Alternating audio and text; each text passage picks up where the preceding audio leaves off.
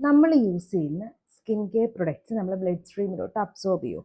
ഒരുപാട് പേര് ചോദിച്ചിട്ടൊരു ഡൗട്ടാണ്.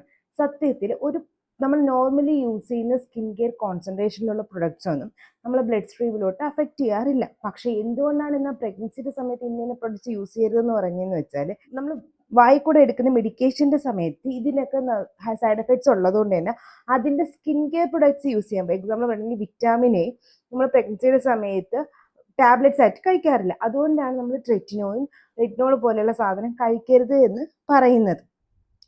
അതുകൊണ്ടൊക്കെയാണ് ഈ ഒരു സാധനങ്ങൾ നമ്മൾ പ്രഗ്നൻസിയുടെ സമയത്ത് മാക്സിമം അവോയ്ഡ് ചെയ്യാനായിട്ട് പറയുന്നത്. കാരണം പ്രഗ്നൻസി ലേഡീസിലാരും ഇതൊന്നും ടെസ്റ്റ് ചെയ്തിട്ടില്ല, എത്തിക്കൽ റീസൺസ് കാരണം. പിന്നെ ശരിയല്ലല്ലോ ചെയ്യുന്നത്. അതുകൊണ്ടാണ്, അല്ലാണ്ട് നമ്മൾ ഭയങ്കരമായിട്ട് ബ്ലഡ് സ്ട്രീമിൽ അബ്സോർബ് ചെയ്ത് നമുക്ക് പ്രശ്നങ്ങളൊന്നും ഉണ്ടാക്കും എന്നുള്ളത് കൊണ്ടല്ല. റിസർച്ചിൽ അത് പ്രൂവ് ആവാത്തതുകൊണ്ടാണ്.